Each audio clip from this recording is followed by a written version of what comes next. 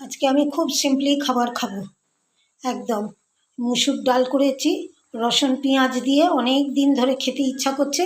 বাজারে যাচ্ছি, এক কাঁড়ি বাজার আনছি, সেই কুটে বেটে বাজারের রান্না করতে গিয়ে সব তরি তরকারি আমার আর খাওয়া আর হচ্ছে না। কবে থেকে ইচ্ছা আছে যে একটুখানি পেঁয়াজ রসুন দিয়ে মুসুর ডাল করব, ডিম ভাজবো আর আলু ভাতে দেবো, লাল লাল করে আলু ভাতে মাখবো। এই যে পেঁয়াজ আর শুকনো লঙ্কা দিয়ে আলু ভাতেটা মাখবো। আর এই যে চাল রেখেছি হাঁড়িতে, চালটা দেবো।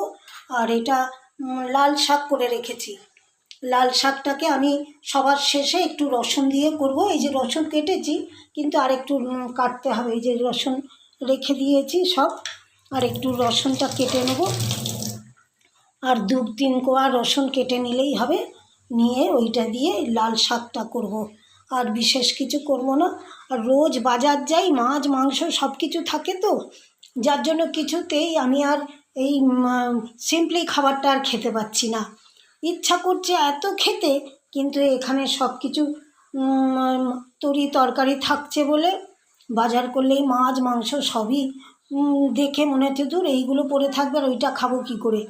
ওই জন্য 2 দিন ধরে বাজার যাইনি। আমি বাজার যাব না, বাজার দেখলেই সব কিছু কুটে বেটে রান্না করতে ইচ্ছা করবে, তার থেকে বাজার যাব না। ডিম